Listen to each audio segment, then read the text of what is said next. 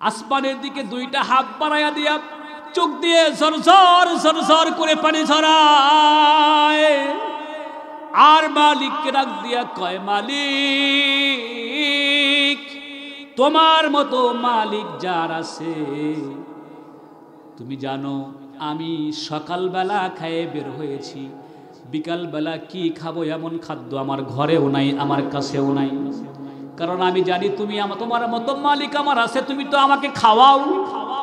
তুমি যেহেতু আমাকে খাওয়াও, এই জন্য আমি দুপুর বা বিকেলের খাবার পিটি করে বাহন করার মতো গাধা আমি না। সুবহানাল্লাহ। মালিক, তোমার মতো মালিক যারা আছে তার রিজিকের কোনো টেনশন নাই। আমি রিজিকের কোনো টেনশন করি না, পেরেশানি করি না। রাত্রে কি খাবো এই রিজিক আমি আমার কাছে রাখি না, বাহন করি না। কিন্তু এখন আমার সামনে দুইজন মেহমান, যুগশ্রেষ্ঠ মুহাদ্দিস এবং তার বন্ধু সহ মেহমান হয়ে আসছে রব্বুল আলামিন, কিন্তু আমার কাছে কোনো খাবার নাই। কারণ কি তোমার কাছে চাই? কারণ হলো তোমার বন্ধু যখন মেহমান পাইছে, মুহাম্মাদুর রাসূলুল্লাহ যখন মেহমান পাইছে, মুহাম্মাদুর রাসূলুল্লাহ মেহমান পাইলে খুশি হয়ে গেছে। খুশি হইয়া মেহমানকে পেট পুরা করে খাওয়াইছে, যথাযথ আদর আপ্যায়ন করেছে। তোমার মেহমানকে মেহমানদারি করানো তোমার নবীজির সুন্নাহ। রব্বুল আলামিন এই মুহূর্তে আমার একটু তোমার নবীজির সুন্নাহ এই ইবাদতটা করার জন্য বুকের ভিতর উগ্রীবতা এসে গিয়েছে। রব্বুল আলামিন আমার কাছে কোনো খাবার নাই, কিভাবে ব্যবস্থা করবা দিয়ে দাও, আমি তোমার নবীজির সুন্নাহ এই ইবাদতটা করতে চাই। এমন করে যখন বলতেছিল মুসলমান, শায়েখ আব্দুল ওয়াহিদ তার কিতাবের ভিতরে লেখেন যে আসমান থেকে বলতে বলতে হাতটা যখন নিচের দিকে নামাইছে, এই হাতের ভিতরে মকমলের সবুজ যুক্ত কাপড় দিয়ে ঢাকা এক বড় খানসাওয়ালা খাবার তার হাতের মধ্যে এসে গিয়েছে।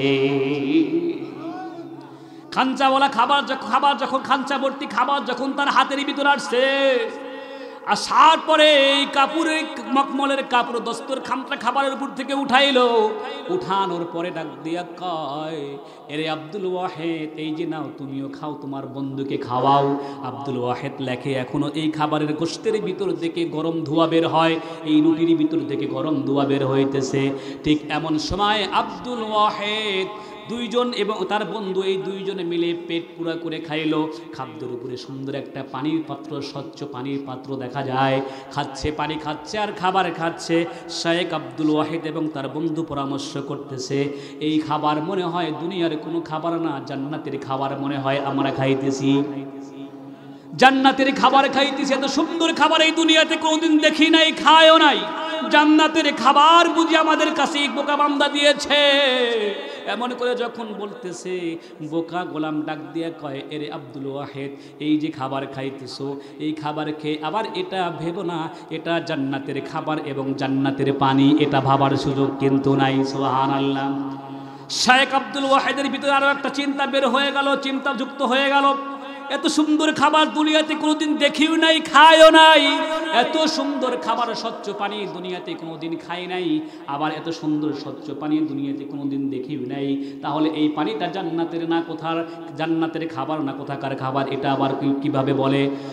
বোকা বান্দা ডাক দেয়া কয়, শায়েখ আব্দুল ওয়াহিদ রে, শোনো শোনো আব্দুল ওয়াহিদ, জান্নাতের খাবারের একটা বৈশিষ্ট্য হলো, জান্নাতের খাবার দুনিয়ার কোনো মানুষ যদি একবার খেতে পারে, এই মানুষটার কিয়ামত পর্যন্ত আর ক্ষুধার ভাব হবে না।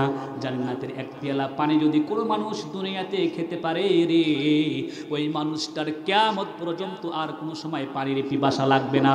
আব্দুল ওয়াহিদ, তুমি এখন খাবার খাইছো, আবার রাত্রিতে ক্ষুধা লাগবে, খেতে হবে।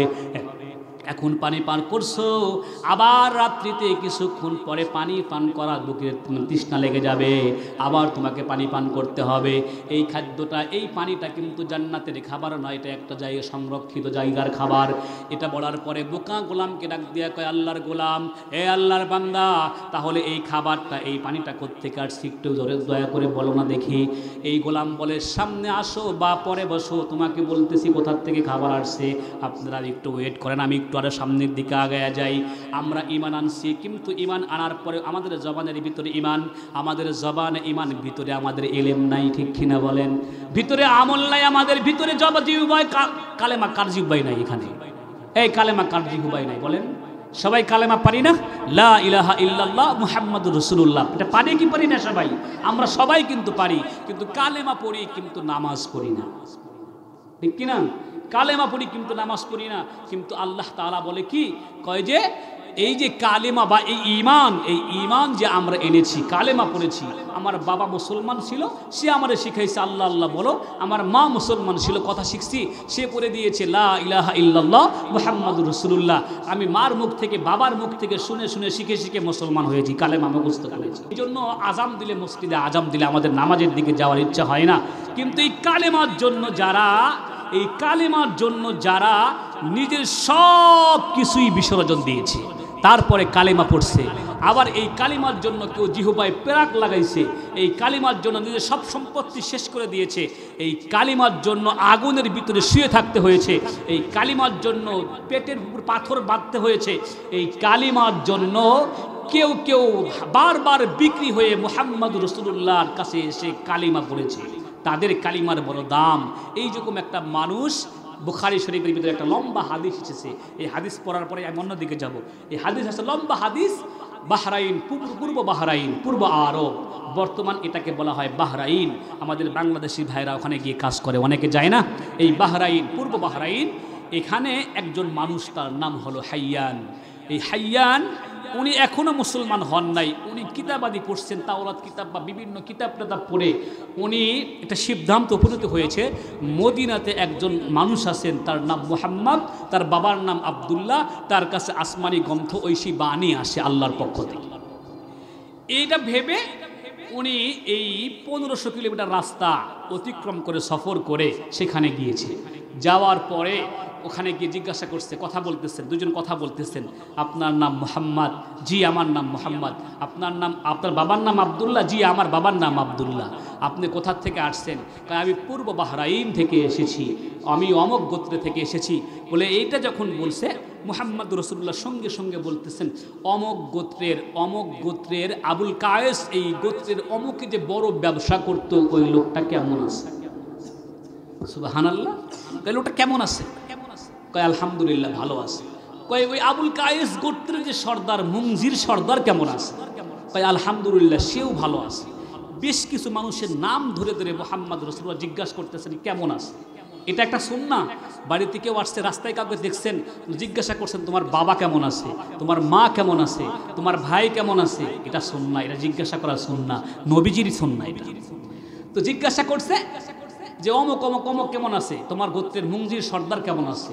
এইভাবে বলছে যখন, বলার সঙ্গে সঙ্গে এই হাইয়ান এবার ভাবতেছে, এই মানুষটা 1500 কিলোমিটার দূরে, মোবাইল ফোন নাই, কোনো কিচ্ছু নাই, তার কাছে এমন খবর দিয়ে যায় কে?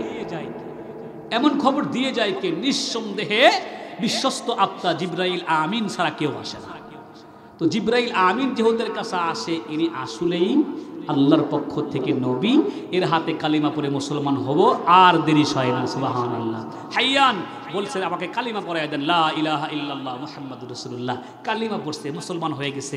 মুসলমান হওয়ার পরে আল্লাহ নবীকে বলে, ইয়া রাসূলুল্লাহ আমি অনেক দূর থেকে আসছি, আসার পরে এখন আমার কাজ হলো, আমি যেহেতু কালিমা পড়ছি, জিহ্বায় কালিমা লাগাইছি, এবার আমাকে বিশেষ বিশেষ কিছু আমল শিখায়া দেন, আমাকে তো বাড়িতে যেতে হয়, বিশেষ বিশেষ কিছু আমল শিখায় দেন।